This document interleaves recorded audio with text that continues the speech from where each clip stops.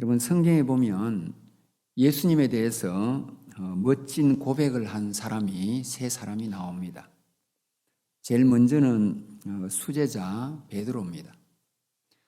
제자들과 함께 가이사라 빌립보 지방에 도착했을 때 사람들이 나를 누구라 하느냐라고 물으시던 예수님은 그러면 너희는 나를 누구라 하느냐라고 할 때에 다 12 제자들이 꿀먹은 벙어리처럼 묵묵부답일 때에 베드로가 앞장서서 주는 그리스도시요 살아계신 하나님의 아들이십니다 라고 고백을 합니다. 그 다음으로 나오는 신앙 고백의 주인공은 여자 제자격인 마르다입니다. 예수님께서 자기 집에 왔을 때에 마르다가 요한복음 11장 27절 주는 그리스도시요 세상에 오신 하나님의 아들이신 줄 내가 믿나이다 이렇게 고백을 합니다. 마지막으로는 요한복음 20장에 나온 도마의 고백인데 부활하신 그 주님에 대해서 나의 주님이시요 주시요 나의 하나님입니다 라고 고백을 합니다. 자, 이 세 가지 대표적인 고백은 점차 복음서의 진행에 따라서 그 신앙 고백들이 강화되고 자기화되고 있음을 볼 수 있습니다. 베드로는 우리식으로 말하면 교리적으로 고백하는 셈입니다. 주는 그리스도시요 하나님의 아들이십니다. 마르다는 자기의 신앙 고백으로 그리스도시요 하나님의 아들이심을 내가 믿나이다 그렇게 말합니다. 내가 믿나이다라는 말은 라틴어로 말하면 크레도인데 이 크레도에서 크리드 신조라는 말이 나와가지고 우리가 니케아 신조를 나이센 크리드, 칼케톤 신조를 갈시돈 크리드라고 할 정도로 내가 믿나이다를 고백합니다. 자, 도마는 한 걸음 더 나아가가지고 아예 처음부터 나의 주요 나의 하나님이다 이렇게 고백을 하는 것을 볼 수가 있습니다. 자, 여러분, 이 베드로와 마르다와 도마의 세 가지 고백은 오늘 예배를 드리는 우리 모두를 포함하여 후대의 모든 그리스도인들에게 사표가 되는 그런 표준적이고 아름다운 신앙 고백들입니다. 근데 이들이 다 고백하였지만 각기 한 가지 문제 있는 치명적인 문제들이 있음을 성경은 지적하고 있습니다. 이 치명적인 문제들에 대해서 우리 예수님은 다 지적하시고 꾸중하신 장면들이 나옵니다. 먼저 베드로에게는 겟세마네 동산에서 예수님께서 마지막 기도하시고 체포를 당한 그 순간에 칼을 뽑아가지고 대제사장의 종인 말고의 오른길을 자르게 됩니다. 그때 예수님께서 베드로를 나무라시면서 칼을 칼집에 꽂으라고 명하신 것입니다. 여러분, 예수님의 수제자인 베드로가 정말 평생 예수님을 따라다니면서 옆구리에 칼을 차고 다녔다는 것은 정말 우리가 이해가 되지 않는 그런 부분입니다. 마르다의 집도 우리 예수님은 종종 방문을 하시고 나사로와 오빠인 나사로와 언니 마르다, 동생 마리아를 예수님이 특별히 사랑하셨는데 동생 마리아는 늘 예수님의 발치에 앉아가지고 그 예수님의 말씀을 청종하고 있는 데 비해서 언니 마르다는 누가복음 10장 40절에 보니까 예수님을 접대하기 위해서 준비하는 일이 많아서 마음이 분주했다라고 기술하고 있을 정도로 이 마르다는 말씀 듣는 것보다 접대한다고 부엌을 떠나뜨릴 것입니다. 그래서 우리 예수님께서 마르다야 마르다야 내가 왜 많은 일로 염려하고 근심하느냐 하면서 나무라시는 형태의 말씀이 나옵니다.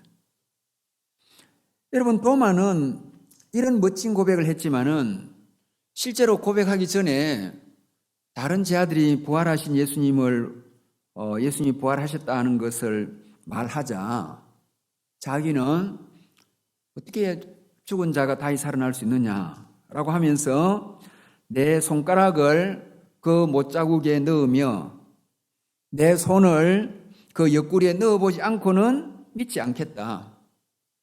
여러분, 자기 손가락, 자기 손을 이렇게 강조하면서 아주 말합니다. 그럴 때 우리 예수님도 그에게 똑같이 답을 하면서 내 손가락을 이리 내밀어서 내 손을 보고 내 손을 내밀어 내 옆구리에 넣어보라. 이렇게 말씀하시면서 믿음이 보지 않고 믿는 믿음이 보고 믿는 믿음보다 더 낫다는 말씀을 하시는 겁니다.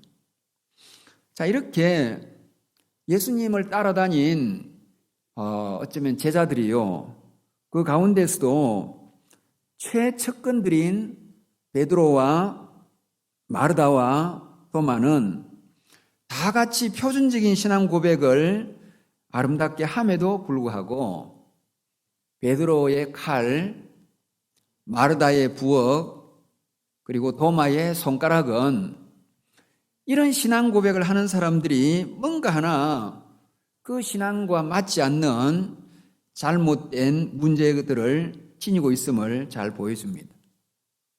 어떤 문제가 있는 겁니까?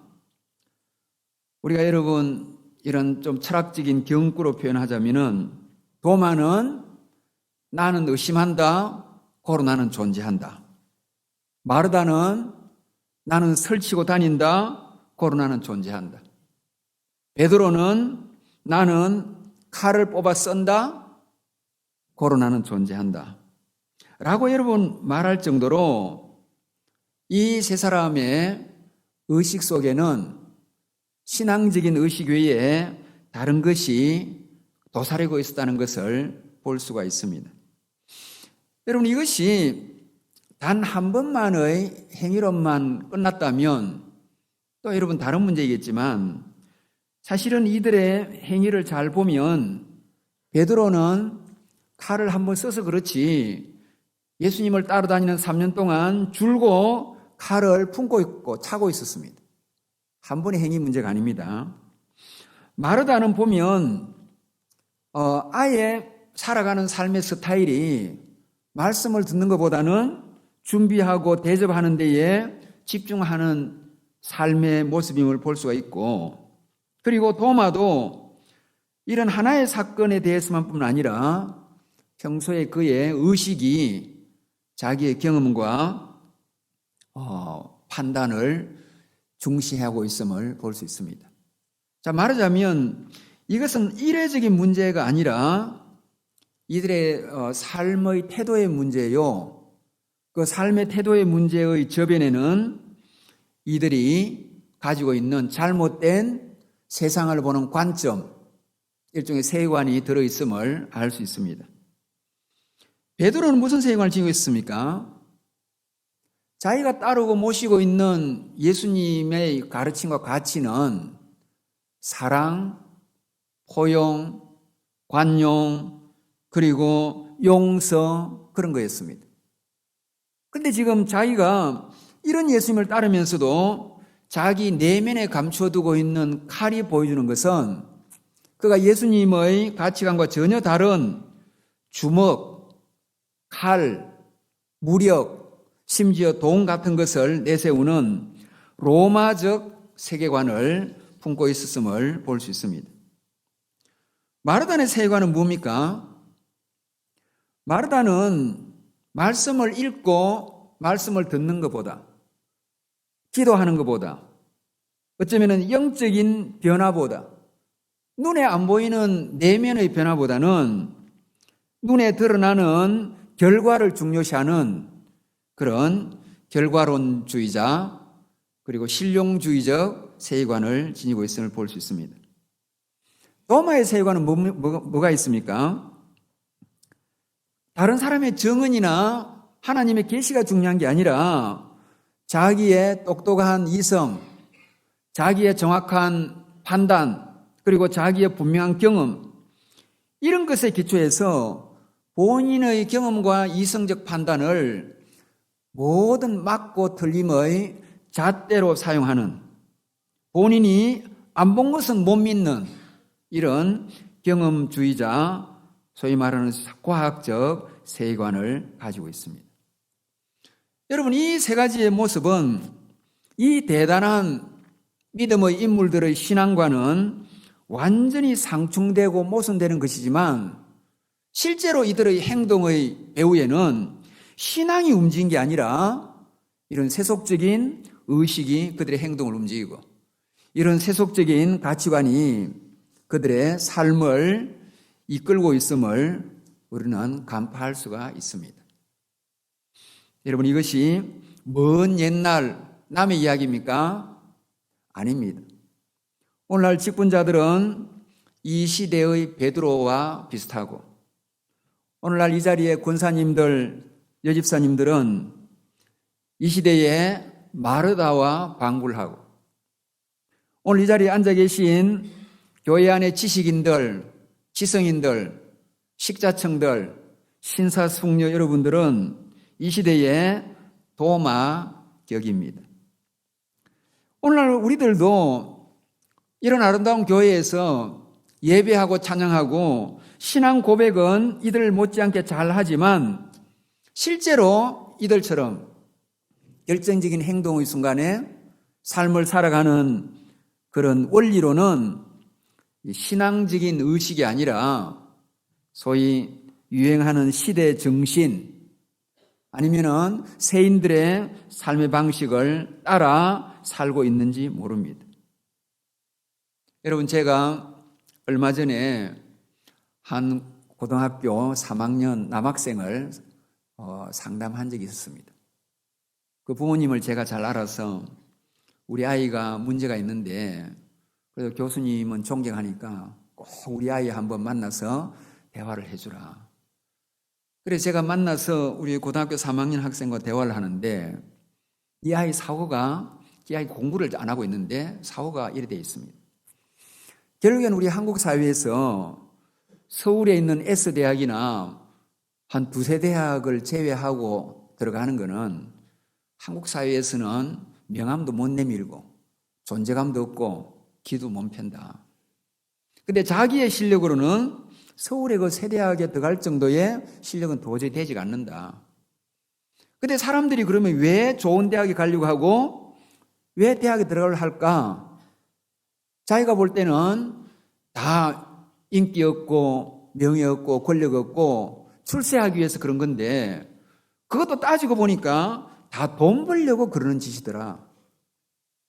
근데 자기는 수학을 잘해가지고 비트코인을 가지고 돈을 벌 수 있을 정도로 비트코인의 알고리즘을 다 지금 이제 연구를 해가지고 깨고 있으니까 자기는 이래 힘든 공부할 필요 없고 이제 부모님이 돈만 조금 주면 그 비트코인에 투자해가지고 많은 돈을 벌면 되는데 내가 왜 이렇게 고생해서 공부해가지고 뭐 사람들이 좋아하지도 않는 그런 일반 대학에 내가 왜 들어가야 되냐, 그렇게 생각하면서 공부를 하지 않는 것입니다. 그래서 여러분, 제가 첫 마디가 그래도 신앙생활을 또 열심히 해야 되고 또 좋은 돈을 해가지고 선한 구제도 해야 되지 않냐 이러니까, 자기는 교회생활 지금 열심히고 고등부에도 열심히고 이렇게 돈 벌어가지고 나중에 구제 많이 하려고 한다. 자기는 공부는 필요 없다. 이렇게 생각하는 거예요. 여러분, 제가 이 아이를 설득하기 위해서 1시간 동안 제 모든 지성과 생각을 짜내가지고 애를 설득을 해봤는데, 여러분, 교회에 열심히 다닌 학생의 사고방식이 이렇습니다.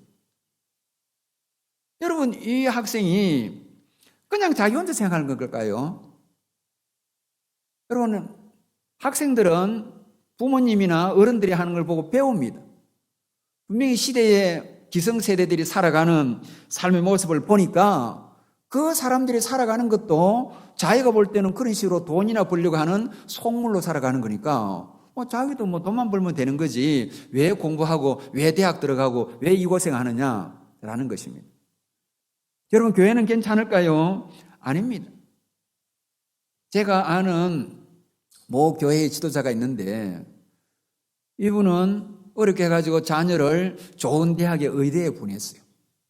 근데 집에 돈이 없는데 의대 가니까 교회 안에도 성산교회 없겠지만은 소위 마담 뚜들이 있어가지고 그런 사람이 서로 매치를 시킵니다. 여러분, 서울이나 부산의 큰 교회도 교회 안에 중매쟁이들이 있어가지고 중매 성사하면 돈을 좀 받고 하는 그런 게 있다고요. 성산교회는 제가 없겠지요. 그래가지고 이 집 돈 많은 집하고 저 집 예쁜 여자하고 저 예쁜 돈 많은 여자하고 이 집의 판검사나 의사하고 연결한다고요. 그런데 그 마담뚜들이 때로는 교회에 신앙이 있는 사람만 소개하는 게 아니고 교회 안에 없으면 바깥에서 찾아서 서울의 강남 같은 데는 그렇게 연결합니다. 그런데 여러분이 어렵게 가난하지 않은 교회 지도자의 아이가 유명한 대학에 의대에 들어가니까 갑자기 부잣집에서 연락이 와서 우리 서로 사돈 맺자. 그래가지고 결혼을 시키는데 그 집 딸은 전혀 안 믿는 사람이에요. 그 집 믿는 사람 아니에요. 돈만 많아요. 다만 우리 딸과 결혼하면 강남에 병원을 지주겠다. 여러분, 제가 아는 그 지도자가 조금도 망설임 없이 결혼을 강행을 하고 결혼했습니다. 그리고 그렇게 그러니까 약속대로 강남에 병원 가지고 있고 그때부터는 교회를 안 나오고 주일날은 골프 치러 다니더라고요. 여러분, 예수 믿는 사람들이 자녀 결혼할 때 사주팔자 날짜 잡으러 가는 사람이 있습니다. 여러분, 이건 뭘 말합니까? 신앙은 있는데 이 사람의 삶을 움직이는 그 안에 내면에는 신앙과 전혀 다른 영적으로 보면 흉측한 그런 이상한 세계관을 갖고 있다고. 여러분, 오늘날 교회 지도자들은 괜찮겠습니까? 아닙니다. 우리 이 목사님이야 훌륭한 우리 목사님이니까 제가 이 말씀을 노골적으로 드려도 되는데, 제가 한국교회 목사님들이나 지도자들 보면 어떤 분들은 정말 유명한 사람 좋아하고 돈 많은 사람이 장로 돼야 되고 그리고 사회적으로 저명한 사람은 교회 안에서 인정받아야 되고 대우하고 그런 분도 있습니다. 그러면 여러분, 이게 교회 지도자로서 정상적인 사고입니까? 아니, 세상에서도 돈 많고 예쁘고 잘나고 멋있게 생긴 사람들, 권력 있는 사람들 다 대우하는데 교회 안에서도 세상의 기준 가지고 사람을 차별하고 우대하고 멸시하고 그게 하나님의 공동체에 가능한 겁니까, 여러분? 제가 여러분 다른 교회에서 이 말씀하면 뜨끔할 겁니다, 아마. 그러니까 이게 뭐냐 하면 신앙이 다 있는데도 이 사람들의 내면은 뭐가 들어있는 겁니까, 지금? 완전히 변화되지 못한 세속적인 의식이 가득 차 있다고요. 이래서 우리 목사님이 기독교 세계관 설교하는 건 굉장히 중요한 거고요. 사실 이거는 여러분 오늘날 우리가 당면한 가장 중요한 문제 하나입니다. 1891년도에 스코틀랜드의 유명한 장로교 신학자인 제임스 오르라는 사람이 캐르 강자라는 당시 유명한 강자에서 이런 말을 합니다. 오늘날 시대의 정신을 읽어내는 지도자가 없다.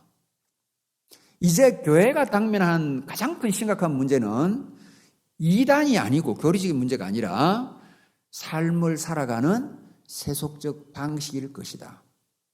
여러분, 그분은 선지자처럼 예견을 해가지고 그분이 기독교 인간관, 신관에 대한 책을 내면서 기독교 세계관 운동을 어떻게 시작을 합니다. 여러분, 이 세계관의 의식이 왜 중요하냐면 사실은 이것은 나무에 비하면 뿌리와 같습니다. 그럼 이 세계관과 세상을 바라보는 관점, 세상을 살아가고자 하는 관점, 세상을 바라보는 의식, 그 안에서 내 삶을 살아가는 근본적인 삶의 태도, 이게 세계관인데 그 뿌리에서 줄기가 자라는데, 영향을 받아 줄기가 자라는데 그 줄기는 그 사람이 지니고 있는 가치관인 인간관입니다. 가치관이 뭡니까? 어떤 것이 더 나은 가치가 있다, 어떤 것이 가치가 없다, 어떤 것이 더 좋다, 더 안 좋다 하는 선호의 문제, 가치의 높낮이잖아요. 그는 그 사람의 세계관에서 나옵니다. 예를 들어서 여러분 세속적인 세계를 가지면 돈을 가진 게 더 좋은 겁니다. 그리고 인기 있는 유명한 사람이 더 좋은 거예요.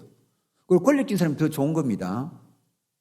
가치관이 세속적이면 인간관도 그런 인간을 더 중요시하는 거니까 인간관도 달라진다고요. 그러니까 결국에는 삶을 바라보는 태도나 세상에 대한 이 근본 의식 자체가, 관점 자체가 우리의 둥치에 해당되는 가치관과 인간관을 형성을 하고 그 위에서 내 행동, 잎사귀가 맺힙니다. 그러면 이 사람은 어떻게 행동이 나오겠습니까? 돈 많은 사람 가까이 하려고 하겠죠. 권력 있는 사람하고 가까이 하려고 하겠죠. 예쁜 사람하고 잘난 사람하고 가까이 하려고 하겠죠. 계속 그럴 겁니다. 그리고 그 위에서 열매가, 자기 삶이라는 열매가 맺힌다고요.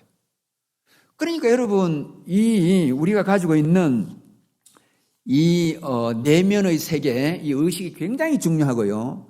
아무리 신앙이 있어도 세계관이 중생되지 아니하면 그는 중생된 자의 행위나 삶이 없는 겁니다. 그래서 성경이 뭘 말하냐 하면 로마서 12장 2절 오직 마음을 새롭게 하라. 그게 뭘까요? 이 세계관을 변화시키는 겁니다. 왜냐하면 물어 지킬 만한 것보다 더욱 내 마음을 지켜라. 생명의 근원이 이에서 남이니라. 여러분 말이 멋있는 것 같지요? 그 생명 번역 잘못된 겁니다. 생의 뿌리가 여기 있단 말이에요. 생. 마음이 생명이란 말이 아니고 번역을 마음에서 우리의 생활이 나온다는 뜻입니다. 그 생활의 뿌리가 마음에 있는 거지요. 내가 마음이라는 의식이고 의식이 세계관이고 관점인데 여기에 따라서 내 행위나 생활이 이런 생활 저런 생활이 나오는 거예요. 번역 그건 잘못한 겁니다. 생명의 근원이 이에서 있다 이 말이 아니고 생활의 근원이 그 마음에 있기 때문에 네 마음이 달라져야 네 삶의 실제가 달라진다는 말이거든요. 여러분 그렇기 때문에 우리가 골로새서 3장 10절 지식에서 새롭게 함을 받으라. 그것도 그겁니다. 단순하게 중생되는 게 아니라 생각의 중생, 의식의 중생, 지식의 중생, 관점의 중생, 세계관의 변화를 이야기합니다. 제임스 오로에 이어가지고 이 문제를 가장 심도 있게 고민한 사람이 네덜란드의 정치인이면서 수상까지 했고 또 언론인이면고 대학의 총장을 하고 그리고 목사이면서 근대 칼빈주의 3대 신학자로 불리진 아브라함 카이퍼입니다. 아브라함 카이퍼는 정당을 흐로헨 반 프린스테르가 만들었는데 그 정당 이름이 반혁명당이었습니다. 그 반혁명당은 무슨 혁명을 반대하는 걸까? 1789년 프랑스 대혁명을 반대하는 겁니다. 여러분 1789년 프랑스 대혁명은 철학자 칼 야스퍼스에 의하면 현대의 시작이 거기에 있다. 이 사람은 현대를 프랑스 대혁명부터 기점을 삼습니다. 왜 그러냐 하면 그 이전 사회는 봉건 질서 사회입니다. 신분 사회고. 그런데 이 대혁명 이후에 유럽의 사회가 현대 사회로 이렇게 바뀌어지는데 그거는 그 혁명이 내세운 구호가 자유, 평등, 박애입니다.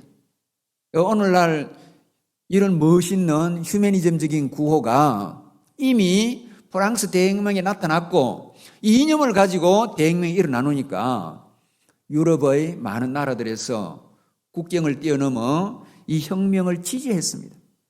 그래서 보불전쟁 때 나폴레옹이 독일을, 퍼르시아를 쳐들어왔음에도 불구하고 당대 독일의 최고의 예술가였던 베토벤은 영웅을 끌어두고 영웅을 작곡했고 당대 최고의 철학자요 독일의 사상가였던 헤겔은 지금 세계 정신이 독일로 들어오고 있다라고 그를 가히 신격하다시피 칭송을 했다고. 왜 그렇습니까? 자기 나라를 쳐들어오는 남의 나라의 왕을 지식인들이나 예술가들이 이렇게 칭송한 것은 그 혁명의 이념이 자기 사회도 이런 기존의 봉건 질서의 사회를 뒤엎어버리고 새로운 그런 아름다운 사회로 갈 수 있다는 기대감 때문이었거든요. 자, 이런 멋있는 구호를 내세운 혁명을 왜 아브라함 카이퍼와 네덜란드의 정치가들이 반대하는 반혁명당을 만들었습니까? 그거는 혁명에 나타난 그 구호가 그렇게 멋들어지고 휴머니스틱한 것이라 하더라도 그 안에는 서구의 사회를 지탱해 오고 우리의 모든 삶의 관습과 가정과 교회의 전통을 지켜온 기독교적인 토대를 허물 수 있는 그런 함정을 보았기 때문입니다. 결국 그는 인본주의고 하나님의 진리를 무너뜨리는 주장이고 그리고 인간의 세속적인 생각이라고 봤기 때문에 결국 혁명의 이념이 기독교인들의 삶에 엄청난 도전이 되고 기독교 사회를 궁극적으로 붕괴시킬 위험이 있다고 본 것입니다. 그래서 여러분, 이 아브라함 카이퍼는 반혁명당을 세우고 그리고 그 헤랄드라는 신문을 편집하면서 그 창간사에서 이렇게 말합니다. 자, 이제는 다시금 우리나라가 하나님의 말씀의 기초 위에 세워지게 되겠다. 자기들이 정치를 하고 자기들이 언론을 하면서 시작하면서 다시금 자기의 이 나라가 하나님의 말씀의 토대 위에 세워지는 그런 놀라운 비전을 꿈꾸게 된 것입니다. 여러분, 카이퍼가 사실은 더 고민했던 부분은 이런 사회적인 문제보다 젊은 학생들 문제였습니다. 학생들이 고등학교 시절까지는 교회와 가정에서 전통적인 칼빈주의적인 전통을 따라서 정말 착실하게 좋은 신앙적인 관점에서 잘 자라놓고도 정작 대학에 들어가면 완전히 학생들이 이 사고가 세속화돼 버리고 달라지는 것입니다. 그래서 왜 이런 일이 일어났는가 생각해 보니까 그때의 네덜란드의 대학가를 휩쓸던 시대 정신은 소위 근대주의라는 모더니즘이었어요. 독일에서 건너온 이 사상은 기독교의 창조론 대신에 진화론이 과학적이라고 주장을 했기 때문에 학생들이 창조를 버리고 진화론에 넘어가게 되었고, 그때 이 사상은 교회가 가르치는 주장이 진리가 아니라 우리의 이성으로 명확하게 판단하는 이성에 합치되는 합리주의가 진리라고 배우게 되었고, 그때 학생들은 내세가 있고 내세 중심으로 살아가는 게 아니라 우리가 살아가는 이 현세가 중요하고 이 현세를 중시해야 된다는 그런 대단히 현세 절대주의 생각을 지니게 되었고, 그때 그 학생들은 구원이라는 것은 마치 산의 정상으로 가는 것 같기 때문에 산의 정상으로 가는 길은 여러 갈래가 있듯이 꼭 기독교만 구원으로 가는 외골수길이 아니라 이름은 다르고 그리고 구세주의 이름은 다르고 길은 다르다 하더라도 다른 종교도 구원으로 가는 길이 아닌가라고 하는 이런 상대주의, 다원주의에 물이 들었습니다. 그래서 카이퍼가 고민한 건 이겁니다. 학생들이 이렇게 넘어간 이유는 교회나 믿음의 가정들이 어떻게 하면 구원 얻는가를 가르치고 어떻게 하면 예배를 드릴 수 있는지, 어떻게 하면 찬양을 잘 할 수 있는지, 어떻게 하면 기도를 하는 거지만 가르쳤지, 정작 예배를 떠난 일상의 삶에서 주일에 교회를 떠난 우리의 가정과 학교와 직장과 어떤 사회의 삶의 현장에서는 정작 그리스도인으로서 어떤 의식을 가지고 어떤 관점을 가지고 살아가야 되는지는 가르치지 않았다는 것입니다. 그래서 이제 그는 이렇게 생각합니다. 이제 우리 기독교가 구원론만 제시할 것이 아니라 삶의 원리를 제시하자. 모더니즘에 필적할 만한 이 세상의 모든 문제, 그 속에서 우리의 삶에 대한 성경적인 답변을 주는 통일적인 실제관, 통일적인 세관을 우리 기독교가 제시하면 되지 않겠는가. 이래서 칼빈주의에서 그걸 찾아가지고 제시를 하게 되었습니다. 그럼 이 사람이 내세웠던 이 핵심 사상은 뭐냐 하면 이겁니다. 첫째는 우리가 천국은 하나님이 주셨는데 천국을 지금까지 지향했지만은 우리의 방향은 천국을 향해서 두지만은 그럼에도 불구하고 이 세상을 무시하지는 말아야 되는데 이 세상과 이 세상의 속에서 우리의 삶도 하나님이 주신 일종의 소명의 일터이기 때문에 이 세상에 이 소명을 완수하도록 하나님께서 우리에게 생명도 주시고 생명의 기회도 주시고 건강도 주시고 다양한 직업 분야에서 우리가 재능을 발휘할 수 있도록 하나님이 선천적인 천부적인 재능도 주셨기 때문에 우리가 내세를 지향하지만은 이 세상도 하나님의 일도로 생각하자. 이게 첫 번째 자기 깨달음이었습니다. 두 번째로는 지금까지 우리는 복음을 너무 내면화시켰어요. 복음을 우리가 안으로 그냥 믿고 고백만 하면 되는 걸 생각했고, 그리고 이래가지고 우리가 하나님을 생각하고 천국만 가면 된다고 생각했어요. 너무 복음을 내면화시키고 추상화시키고 형이상학화시킨 겁니다. 복음이라는 것은 우리의 마음속에서 일어나가지고 천국만 가는 문제가 아니라 이것은 우리의 삶의 실제에서 구현돼야 되는 원리라고요. 우리의 삶에서 이것이 드러나야 됩니다. 복음은 높이도 있고 넓이도 있고 깊이도 있어가지고 우리 삶의 모든 영역에 머무르기 때문에 영혼 구원으로만 끝나는 거 아니다 이거지. 복음은 이것은 우리 삶의 모든 영역에서 드러나야 되는 것이다. 이 복음의 넓이와 깊이를 깨달았습니다. 세 번째로는 하나님께서는 이 세상은 마귀가 지배하는 것이 아니라 하나님께서 이 세상을 주권적으로 다스리고 우리는 그 하나님의 주권을 인정해야 된다. 그렇게 주장했습니다. 따라서 저 들녘에 피어나는 민들레 한 포기에서 우주적인 하늘의 은하계의 그런 별자리의 쇼까지 아니면은 내 개인적으로는 아침에 일어나서 정말 깨어서 일어나는 것부터 해가지고 그리고 전쟁이 일어나가지고 나라가 망하는 이런 큰 인류사적인 사건까지 단 하나도 하나님의 주권이 임하지 않는 곳이 없다. 그래서 예수 그리스도의 우주적인 주권을 강조했습니다. 네 번째로 우리는 구원사에서도 창조 타락 구속인데 이 기독교 세계관의 원리도 창조 타락 구속입니다. 근데 저와 여러분이 태어난 것은 우리가 살아가는 것은 창조 직후도 아니고 타락하고 난 이후에 직후도 아니고 예수님이 초림하고 나서 태어나가지고 예수님 재림까지 살아갑니다. 그렇죠. 우리는 타락한 상태에 태어났습니다. 따라서 우리 모두는 무엇에 신경 써야 됩니까?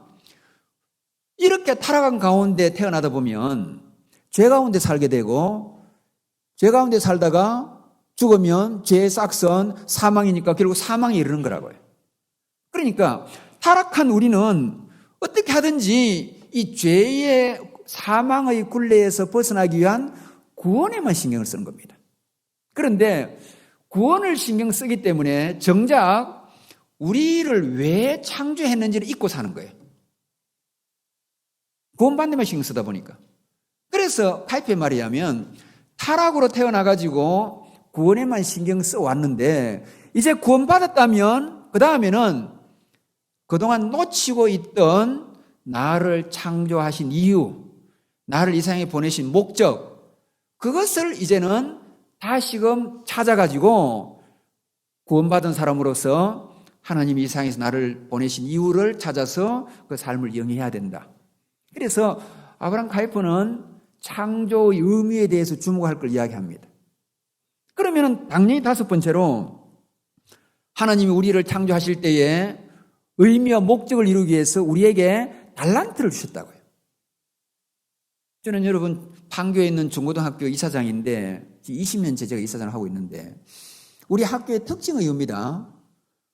학생들, 중고등학생들이 어떤 진로를 가야 될지 때로는 본인도 결정을 못하고 심지어 부모님도 잘 모릅니다. 자기가 무슨 전공을 해야 될지.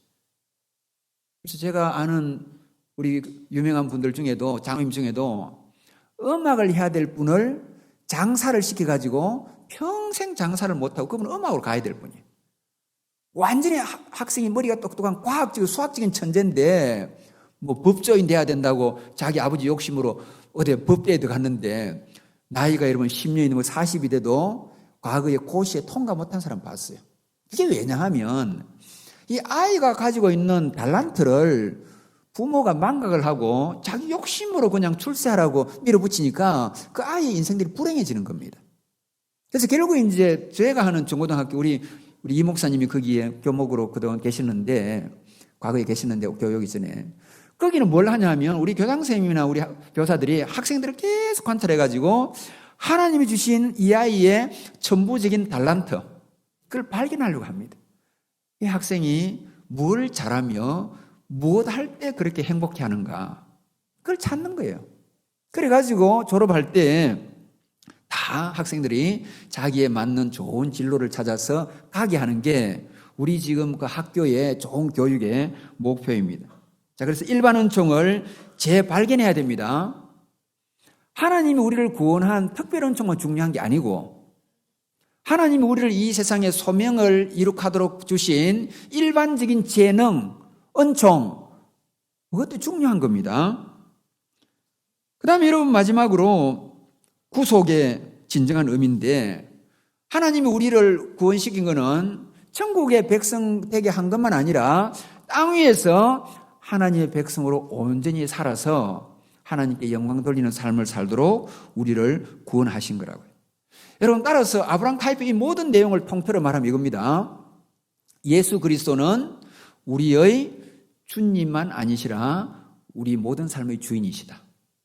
그리고 그 예수 그리스도는 온 세상의 주권자이시고 왕권을 지신 분이다. 따라서 예수 그리스도께서 이 세상에 대해서 단 1인치라도 이것은 내 것이 아니다라고 말하는 것이 없게 하라. 그것이 가이퍼의 결론입니다. 자, 그러면 이것이 오늘 우리에게 무슨 의미로 다가옵니까? 제가 결론적인 말씀을 마무리를 하겠습니다. 저와 여러분에게 이 기독교 세계관의 원리는 뭘 말할까요? 첫 번째는 이원론을 극복하는 겁니다. 이원론이라는 것은 뭐 이중성, 이중주의라고도 번역이 될 수 있는 건데 신앙과 인격이 분리되고 신앙과 행동이 분리가 되고 신앙과 삶이 분리가 되는 겁니다. 신앙은 성경적인데 삶은 세속적이라고요. 제가 가끔 쓰는 표현이 그겁니다. 신앙적 유실론자인데 실천적 무실론자. 이게 이중성이잖아요. 이거는 모순이고 자기 갈등인데 많은 그리스도인들이 이렇게 살아갑니다. 이런 그리스도인들의 사고가 뭡니까? 잘 들으십시오. 신앙이라는 것은 사적인 영역에 속하는 거고 공적인 영역에서는 신앙은 무관하다. 이렇게 생각해요. 그러니까 신앙이라는 거는 교회 안에서나 신앙, 우리 장로님들 집사님 만날 때는 신앙, 구역 예배는 신앙, 가정에서는 신앙, 사적인 영역에서는 신앙이 하는 게 맞다 이거지. 근데 내가 뭐 시장을 하든지 구청장을 하든지 국회의원을 하든지 도지사를 하든지 대법관을 하든지 장관을 하든지 아니면은 잘 들으십시오. 학교의 교사든지 아니면은 학교의 학생이든지 아니면은 회사를 운영하든지 간에 이거는 공적 영역이기 때문에 이거는 신앙과 상관없다 이렇게 생각한다고요.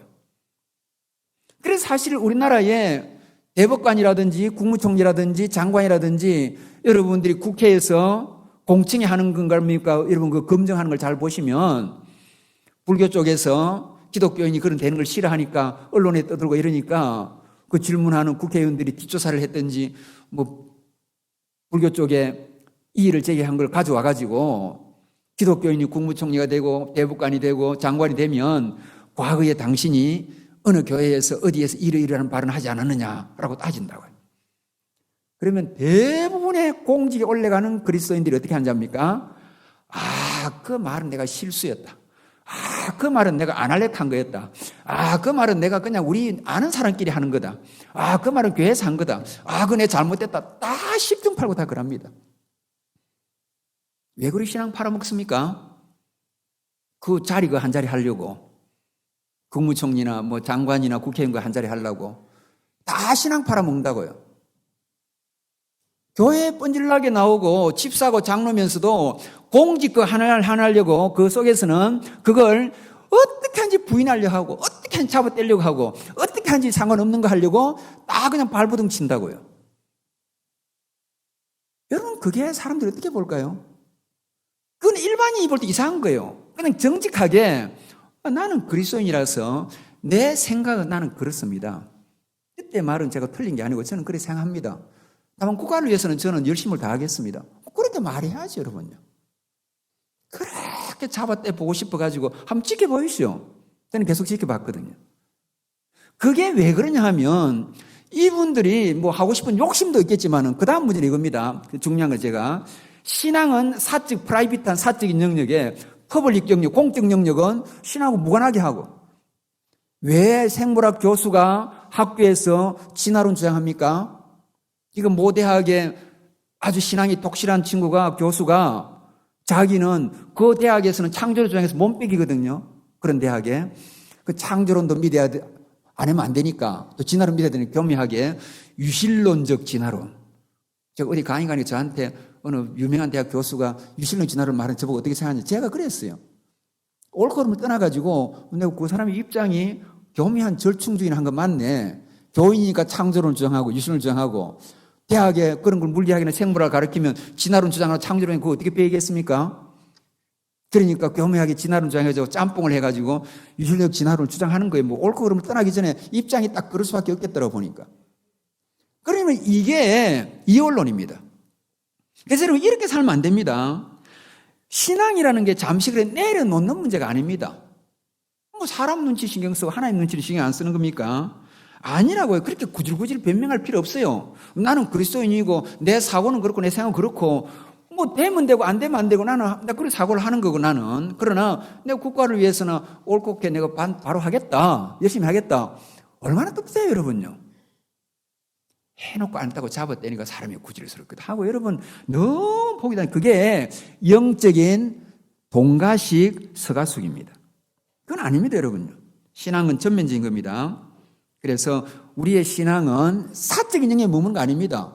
우리 개인이 행하는 모든 공적 영역에 다 임해야 됩니다. 그게 일관성이 있는 거예요. 다니엘이 그렇게 했다고. 다니엘이 여러분 모세도 그렇게 했고 요셉도 그렇게 하는 거예요. 종이라도.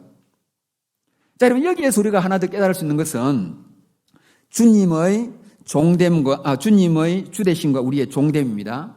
자, 여러분 주님이 우주적 주권을 지녔다는 주장을 기독교 세계는 하는데 우주적인 주권을 지녔다고 말하기 전에 주님이 내 개인의 삶의 주권을 지녔다는 걸 먼저 인정해야 돼요.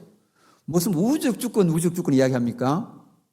내 개인부터 주님이 나에게 주권을 지니고 있다. 주님이 나에게 로드십, 주님이 왕대심, 주대심, 로드십, 왕대심, 킹십 지니고 있습니다. 그러면 그걸 우리가 인정한다 하면 나는 그 주님에 대한 종입니다. 서번트입니다. 그럼 주님의 로드십과 킹십에 대해서 내가 지닌 것은 서번트십이라고요. 종됨이라고요. 그럼 그걸 먼저 인정해야 되지 우리가요. 그걸 인정하면 우리가 어떻게 되겠습니까? 첫째는 이겁니다. 내 것은 내 게 아닙니다. 종이 집게 어디 있습니까? 다 주님 주인 거지.